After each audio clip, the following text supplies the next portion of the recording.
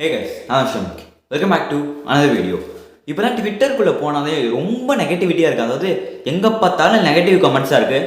Actually கொஞ்ச நாளைக்கு முன்னாடி தான் அந்த ஜெயிலர், லியோ, அப்புறம் சில மூவிஸ்லாம் ரிலீஸ் ஆகும்போது தான் நெகட்டிவிட்டியாக இருந்துச்சுன்னு நான் ட்விட்டர் சைடு போகிறது நிறுத்திட்டேன். பட் இப்போ பார்த்தீங்கன்னா அதுக்கு மேலே நெகட்டிவிட்டியாக இருக்குது. என்ன நெகட்டிவிட்டினா, நான் அதிகமாக பார்க்குற விஷயம் வந்து இந்த காக்கா கழுகு கதை வந்ததுலேருந்து ரொம்பவே அந்த விஷயத்தை பற்றி நோண்டி நிறைய விஷயங்கள் நெகட்டிவாக நிறைய பீப்புள் வந்து கமெண்ட் பண்ணிட்டு இருந்தாங்க. சரி விடுங்க, அது வந்து ரியல் லைஃப். அதாவது ரீல்னா அந்த சினிமாவில் நடிக்கிறாங்க, அது வந்து ஒரு ரியல் லைஃப். நம்ம ரியல் லைஃப்குள்ளே வருவோம். பாலிடிக்ஸ், அதாவது அரசியல். ஸோ சினிமா இண்டஸ்ட்ரியில் நிறைய ஃபேம் கிடைக்குது, நிறைய பணம் கிடைக்குது. இருந்தாலும் நிறைய நடிகர்கள் வந்து அதுலேருந்து பாலிடிக்ஸ்குள்ளே வராங்க. பட் அதுக்கும் ஒரு தைரியம் வேணும்ல. ஸோ அந்த மாதிரி பாலிடிக்ஸ்குள்ளே வந்த நடிகர்கள் நிறைய பேர் இருக்காங்க.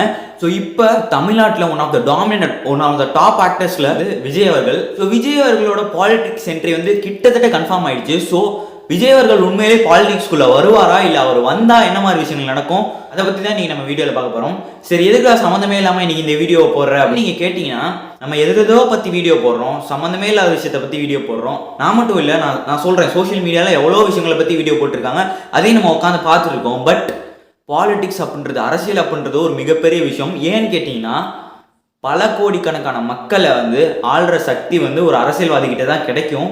ஸோ அப்படி இங்கே நிறைய பேருக்கு அரசியல் சக்தி கிடச்சி அது எப்படி போயிட்டுருக்கு அப்படின்றது நம்ம எல்லாருக்குமே தெரியும். பட் இருந்தாலும் ஒரு அரசியல்வாதி ஒரு 100% இல்லை ஒரு 80-90% ஒரு மக்களோட தேவையை தீக்கணும். ஸோ அந்த மாதிரி யாருமே வந்த மாதிரி எனக்கு தெரியல. பட் ஒருவேளை ஃபியூச்சரில் இந்த மாதிரி ஒரு அரசியல்வாதி வருவாங்கன்னா அது விஜய் அவர்களாக கூட இருக்கலாம்ல. நீ என்னன்னா அது பயாஸ்டாக பேசுறியா, சப்போர்ட் பண்ணுறியா, விஜய்க்கு சப்போர்ட் பண்ணுறியா அப்படின்ற மாதிரி கேட்டிங்கன்னா, நான் சப்போர்ட் பண்ணல. பட் அப்படி நடந்தால் நல்லா தான் இருக்கும். மக்களுக்கு ஒருத்தர் செய்கிறாருன்னா அது கண்டிப்பாக ஒரு பாராட்டக்கூடிய விஷயம் தான். ஏன்னா பல விஷயங்களை அவர் ரீசெண்டாக செஞ்சுட்டு இருந்தார். பாலிடிக்ஸ்குள்ளே வரத்துக்கு முன்னாடி இந்த ஒரு காரணத்துக்காக தான் இந்த வீடியோ மேக் பண்ணுறேன். ஸோ வாங்க வீடியோக்குள்ள போகலாம்.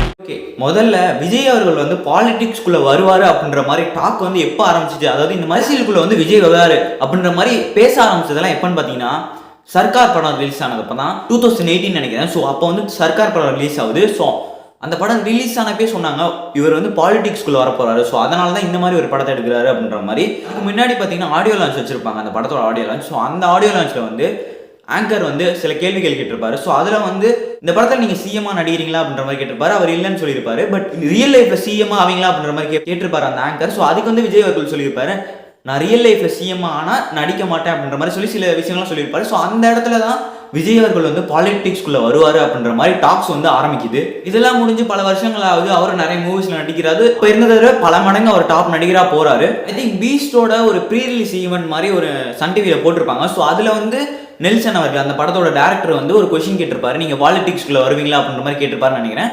ஸோ அதுக்கு வந்து அவர் வந்து மேட்ச் தான் அதை டிசைட் பண்ணுவாங்க அப்படின்ற மாதிரி சொல்லியிருப்பாரு. ஸோ அந்த இடத்துக்கு அப்புறமும் கொஞ்சம் டாக்ஸ் வந்து அதிகமாக ஆரம்பிச்சிச்சு, விஜய் அவர்கள் பாலிடிக்ஸ்குள்ளே வரப்போறாரா அப்படின்ற மாதிரி. ஏன்னா பல வருஷங்களுக்கு முன்னாடி ரஜினி அவர்கள் வந்து பாலிடிக்ஸ்குள்ளே வரேன் அப்படின்னு சொல்லிட்டு அவர் வராமல் போயிட்டாரு.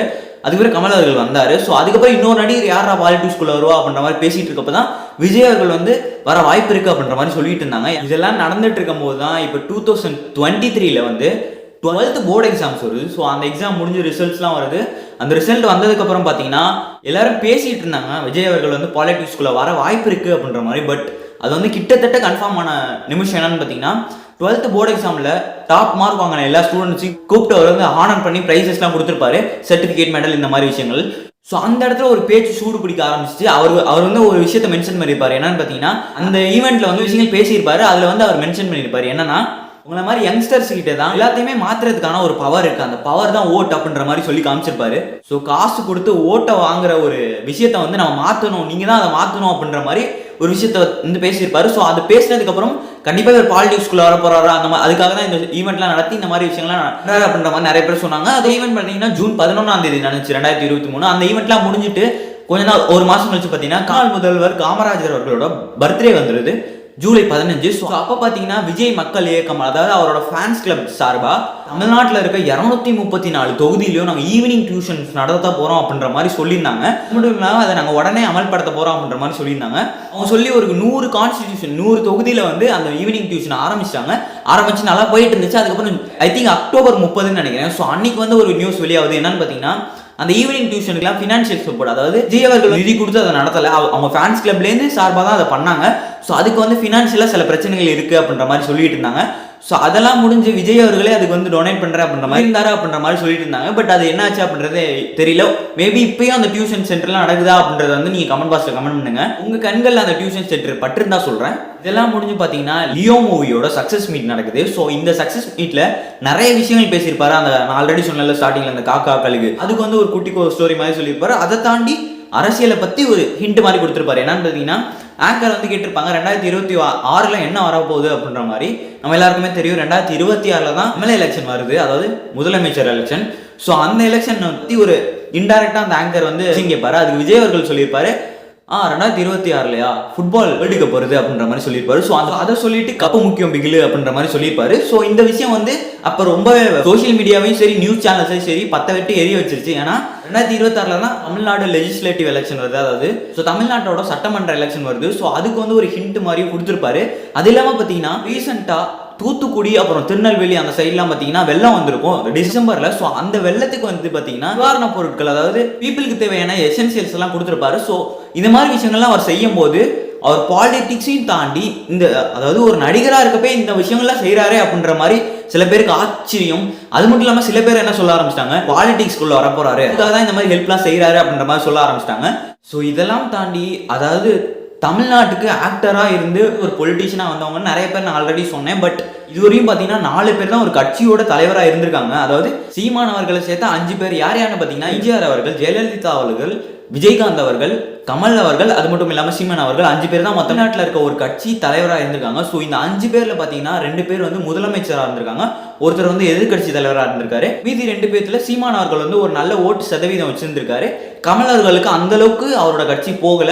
அவர்களெல்லாம் தாண்டி விஜய் அவர்கள் வந்து பாலிடிக்ஸ்குள்ள வந்தா அவரால் ஜெயிக்க முடியுமா ஜெயிக்க முடியாதா அப்படின்ற மாதிரி ஒரு கேள்வி இருந்துச்சுன்னா அதுக்கு என்னோட பதில் என்னவா இருக்கும்னு பார்த்தீங்கன்னா எனக்கு சத்தியமா தெரியாது. ஏன்னா அது எல்லாமே மக்களோட மைண்ட் செட்டை பொறுத்து இருக்கு. மக்களோட ஆல்ரெடி சொன்ன மாதிரி தானே இத்தனை வருஷமா மக்கள் என்ன பண்ணிட்டு இருந்தாங்களோ அதே திரும்பி பண்ணாங்கன்னா அதே தான் திரும்பி நடந்துட்டு இருக்கும். பட் நான் வந்து விஜய் அவர்களுக்கு ஓட்டு போடுங்க அப்படின்ற மாதிரி நான் சொல்லவே இல்லை.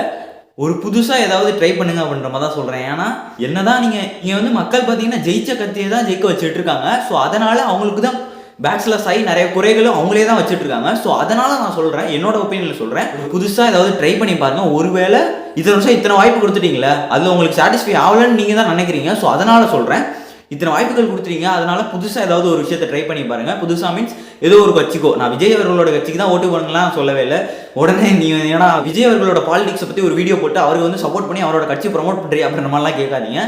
இது வந்து நான் பாலிடிக்ஸ் சம்மந்தமாக நிறைய வீடியோஸ்லாம் போட்டிருக்கேன். பட் அதை தாண்டி நிறைய பொலிட்டீஷியன்ஸ் வந்து இன்கம் டேக்ஸ் ரைடு, ஜெயிலுக்கு போனது அதை பற்றிலாம் வீடியோ போட்டிருக்கேன். பட் அந்த மாதிரி விஷயங்கள்லாம் தவிர்க்கிறதுக்காக ஒரு புது கட்சிக்கு ட்ரை பண்ணி பாருங்க வரப்போகிற எலெக்ஷன்ஸில். ஸோ அதில் வந்து உங்களோட ரிசல்ட்ஸ் வந்து நல்லா தான் இருந்து அவங்க மக்களுக்கு உண்மையிலே நல்லது செஞ்சால் அது உண்மையிலே பாராட்டக்கூடிய விஷயமா இருக்கும். ஒரு அரசியலில் ஒரு மிகப்பெரிய மாற்றமாக இருக்கும். அதை தாண்டி இந்த பாலிடிக்ஸ் அதை பற்றிலாம் நம்மளுக்கு அந்த அளவுக்கு அறிவு இல்லை. பட் இருந்தாலும் அந்த அறிவெல்லாம் தாண்டி நம்ம கிட்ட இருக்க ஒரு ஆயுதம்னா ஓட்டு தான். ஸோ இந்த வருஷம் நம்ம எல்லாருமே ஓட்டு போட போகிறோம். ஸோ அந்த ஓட்டை வந்து கரெக்டாக போடுவோம். அதாவது இப்போ நான் சொல்கிறது வந்து இந்த லோக்சபா எலெக்ஷன்ஸ், அதாவது எம்பி எலெக்ஷன் சொல்கிறேன். அந்த ஓட்டு யாருக்கு போகிறது அப்படின்னு நீங்கள் தெரிலன்னு நினச்சிங்கன்னா யோசிச்சு பார்த்து போடுங்க ஓட்டு. வீடியோவோட டைட்டிலுக்கும் இதுக்கும் சம்மந்தமே இல்லைன்னு கேட்டிங்கன்னா கண்டிப்பாக கனெக்ஷன் இருக்குது. திரும்ப நான் பயாஸ்டாக பேசுகிற மாதிரியே இருக்குது. ஆக்சுவலி நான் இந்த கட்சிக்கு போடுங்க இந்த கட்சிக்கு போடுங்கலாம் நிச்சயமாக சொல்லவே இல்லை. நான் என்ன சொல்கிறேன்னா ஓட்டு போடும்போது நல்லா டிசைட் பண்ணி போடுங்க, ஒரு சேஞ்சை கொண்டு வர மாதிரி ஓட்டு போடுங்க அப்படின்ற மாதிரி தான் சொல்கிறேன். இப்போ லோக்சபா எலெக்ஷன்லையும் சரி 2026 வர போகிற லெஜிஸ்லேட்டிவ் அசம்பிளி அதாவது சட்டமன்ற எலெக்ஷனையும் சரி உங்களுக்கு உண்மையாக சொல்கிறேன், உங்களுக்கு சாட்டிஸ்ஃபேக்ஷன் வந்து இந்த ஆட்சியில் இல்லை அப்படின்ற மாதிரி உங்களுக்கு தோணுச்சுன்னா கண்டிப்பாக நீங்கள் புதுசாக ஏதாவது ட்ரை பண்ணுங்கள். நான் வந்து ஓப்பனாக சொல்கிறேன் அப்படின்ற மாதிரி தப்பாக எடுத்துக்கிட்டாலும் நீங்கள் பரவாயில்ல. உங்களுக்கு உண்மையிலே இந்த ஆட்சியில் சாட்டிஸ்ஃபேக்ஷன் இல்லை, மக்களோட குறைகள் நிறையா அதிகமாகிட்டே இருக்குது அப்படின்னு நீங்கள் நினச்சிங்கன்னா கண்டிப்பாக ஆல்ரெடி நீங்கள் பண்ணதை தவிர புதுசாக கண்டிப்பாக ட்ரை பண்ணுங்கள். ஏன்னா அப்போ தான் மாற்றம் அப்படின்ற விஷயம் வந்துடும். ஸோ விஜய் அவர்கள் வந்து இந்த விஷயங்கள்லாம் நல்லதெல்லாம் செய்கிறத பார்த்துட்டு எனக்கு தோணுச்சு அவர் நல்லதான் செய்கிறாரு, அவருக்கு ஒரு வாய்ப்பு கொடுத்து பார்ப்போம் அப்படின்ற மாதிரி எனக்கு மனசுக்குள்ள தோணுச்சு. பட் உங்களுக்கு வந்து வேறு விஷயங்கள் தோணுனா உங்களோட ஒப்பீனியன். பட் நான் வந்து அவருக்கு ஓட்டு போடுவேனா அப்படின்றது எனக்கே தெரியாது. பட் நான் சொல்கிறேன், இவர் எத்தனையோ பொலிட்டீஷியன்ஸ் வந்து பொலிட்டீஷியனாக இருந்தால் நல்ல விஷயங்கள் பண்ணாமல் இருக்காங்க. ஸோ அவர் வந்து ஆக்டராக இருந்து பாலிடிக்ஸ்குள்ளே வரதுக்கு முன்னாடி இவ்வளோ நல்ல விஷயங்கள் பண்ணதுனால எனக்கு தோணுச்சு. ஸோ அதனால் இந்த வீடியோவை நான் மேக் பண்ணணும்னு நினச்சேன். அதே மாதிரி போகிற எலெக்ஷன்ஸ்லாம் மக்கள் வந்து ஒரு மாற்றத்தை ஏற்படுத்துவாங்க அப்படின்ற ஒரு நம்பிக்கையில் இந்த வீடியோ மேக் பண்ணலாம் அப்படின்ற மாதிரி நான் இருந்தேன். நான் திரும்ப சொல்கிறேன், இந்த வீடியோட டைட்டில் வந்து பாலிடிக்ஸ்குள்ளே வராரா இல்லையா விஜய்ன்ற பற்றி தான் இந்த வீடியோட டைட்டில். பட் அந்த டைட்டிலும் இல்லாமல் சில விஷயங்கள் நான் பேசியிருப்பேன். அதையும் நீங்கள் இதையும் கனெக்ட் பண்ணுங்கள். பட் வேற விதத்துல கனெக்ட் பண்ணாதீங்க அப்படின்ற மாதிரி நான் சொல்லிக்கிறேன். ஓகே, இந்த வீடியோ வந்து முடிய போகுது. இந்த வீடியோ முடிய போறதுக்கு முன்னாடி உங்ககிட்ட ஒரு கொஸ்டின் கேட்கணும் அப்படின்ற மாதிரி நினைக்கிறேன். ஏன்னா இந்த பாலிடிக்ஸை பத்தி, அரசியலை பத்தி பேசும்போது எனக்கு எப்பவுமே ஏதாவது ஒரு கொஸ்டின் வந்து உங்ககிட்ட, மக்கள் கிட்ட கேட்கணும் அப்படின்ற மாதிரி எனக்கு தோணும். ஸோ அதனால ஒரு கொஸ்டின் கேட்குறேன். இது வந்து ரொம்பவே ட்விஸ்டடான கொஸ்டினா இருக்கலாம், ரொம்ப பில்டப் கொடுக்காதா அப்படின்னு கேட்டீங்கன்னா நான் சிம்பிளா சொல்லிடுறேன். கொஸ்டினா என்னன்னு பாத்தீங்கன்னா, எத்தனையோ கட்சிகள் இருக்கு, எத்தனையோ பேர் வந்து ஆட்சிக்கு வராங்க, எத்தனையோ பேர் எதிர்கட்சியா இருக்காங்க. பட் இருந்தாலும் எத்தனையோ பேர் வந்து வாக்குறுதிகளும் கொடுக்குறாங்க. நாங்கள் வந்து இந்த மாதிரி செய்வோம், இந்த மாதிரி செய்வோம் அப்படின்ற மாதிரி இதெல்லாம் வாக்குறுதி கொடுத்து அவங்க ஆட்சிக்கு வந்துடுறாங்க. ஸோ அதுக்கப்புறம் வந்து மக்கள் வந்து பல குறைகள் எடுத்து வைக்கிறாங்களே, இதுக்கெல்லாம் காரணம் வந்து யாரு? பொலிட்டீஷியன்ஸா இல்லை மக்களா? ஸோ மக்கள் வந்து இவங்க நம்மளுக்கு நல்லது செய்வாங்க அப்படின்ற ஒரு நம்பிக்கையில ஓட்டு போட்டாங்களா, இல்லை தேவையால, அதாவது இந்த தேவையால ஓட்டு போட்டாங்களா அப்படின்றது மாதிரி நிறைய கொஸ்டின் என்கிட்ட இருக்கு. நான் உங்ககிட்ட ஒரு கேட்குற கேள்வி, இதுக்கெல்லாம் காரணம் பொலிட்டீஷியன்ஸா இல்லை மக்களா? இந்த மாதிரி குறைகள்லாம் நிறைய வருது இல்லை, அதுக்கான காரணம் வந்து பொலிட்டீஷியன்ஸா இல்லை மக்களா அப்படின்ற ஒரு கொஸ்டினை தான் நான் உங்ககிட்ட கேட்குறேன். ஸோ இதுக்கான கேள்வியை கமெண்ட் பாக்ஸில் கமெண்ட் பண்ணுங்க. முடிஞ்சா அந்த கேள்விக்கான அதுக்கான ரீசனையும் சேர்த்து கமெண்ட் பண்ணுங்க. ஸோ இந்த வீடியோவை இதோட முடிச்சுக்கலாம் அப்படின்ற மாதிரி நினைக்கிறேன். உங்களோட கருத்து விஜய் அவர்கள் பாலிடிக்ஸ்குள்ள வரதை பற்றியும், ஓட் அப்படின்ற ஒரு ஆயுதம் உங்ககிட்ட இருக்கு, அந்த ஓட்டை வச்சு நீங்க வரப்போற எலெக்ஷன்ல நீங்க ஒரு ஏதாவது ட்ரை பண்ணுவீங்க அப்படின்றத வந்து தோணுச்சுன்னா சொல்லுங்க, நான் படிச்சு பார்க்குறேன். ஸோ இந்த வீடியோ இதோட முடிச்சுக்கலாம்னு நினைக்கிறேன். ஸோ இதே மாதிரி நாளைக்கு ஒரு வீடியோவில் சந்திக்கிறேன். பை.